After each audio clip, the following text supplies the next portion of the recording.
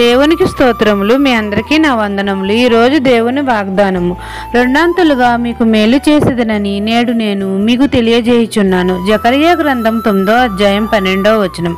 ప్రేమస్వరూపుడైన మన యేసయ్య మన పట్ల కృప చూపుతున్నాడు.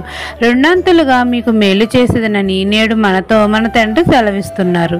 మనం అందరము దేవునికి ఇష్టమైన శుద్ధ హృదయం కలిగి ఉంటే దేవుడు మనల్ని దీవిస్తాడు. మన పూర్ణ హృదయంతో పూర్ణ మనసుతో మన తండ్రి అయిన యెహోవాను వెతికి వెంటాడాలి.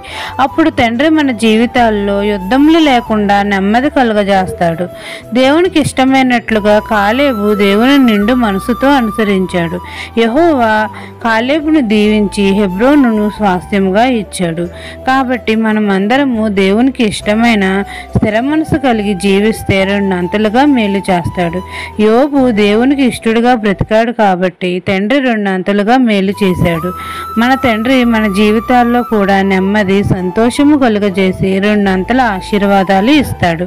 ఈ దిన వాగ్దానం నా జీవితాల్లో నెరవేరాలని కోరుకుంటూ దేవుని సువార్త పరిచర్యలో మీ సహోదరి. ఆమెన్.